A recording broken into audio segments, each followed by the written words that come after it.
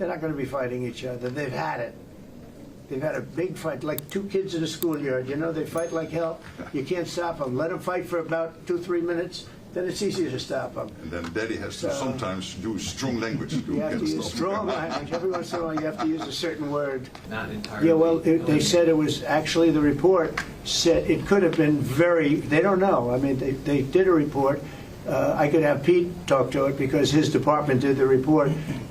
They really don't know. I think Israel's going to be telling us very soon because Bibi is going to have people involved in that whole situation. We hear it was obliteration. It was a virtual obliteration.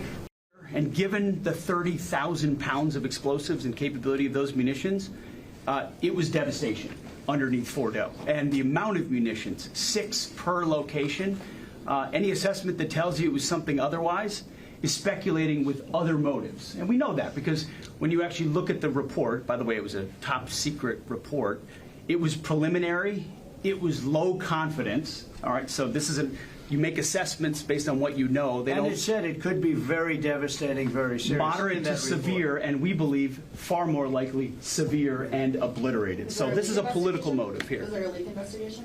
Of course, we're doing a leak investigation with the FBI right now because this information is for internal purposes, battle damage assessments. But had we not succeeded with that hit ended the war. That hit ended the war.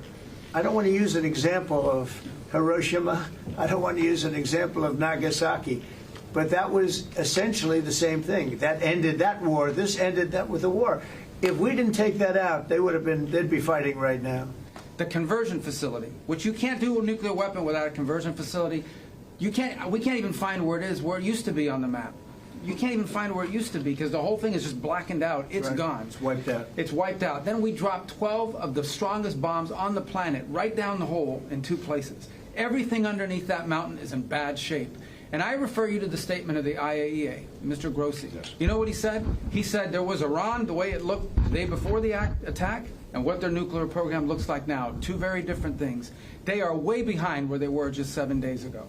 The last thing they want to do is enrich anything right now. They want to recover. And we won't let that happen, number one. Militarily, we won't. I think we'll end up having somewhat of a relationship with Iran. I see it. Look, I've had a relationship over the last 4 days. They agreed to the ceasefire. And it was a very equal agreement. They both said, that's enough. They both said it. I mean, they just went through hell. I think they've had it. The last thing they want to do is enrich. They've been trying to do it. By the way, it's hard to enrich. And, you know, when you look at a site like that, very, very hard to build, very, very hard, very expensive. They spent trillions of dollars trying to do this thing, and they didn't come up with it. And we're actually getting along with them very well right now. The great thing is you took out the nuclear capability of Iran. This was crucial. You did it in a way which is extremely impressive. But the signal sends to the rest of the world that this president, when it comes to it, yes, he is a man of peace, but if necessary, he is willing to use strength, the enormous strength of the American military. So I think that signal to the rest of the world, this is far beyond Iran, is extremely important.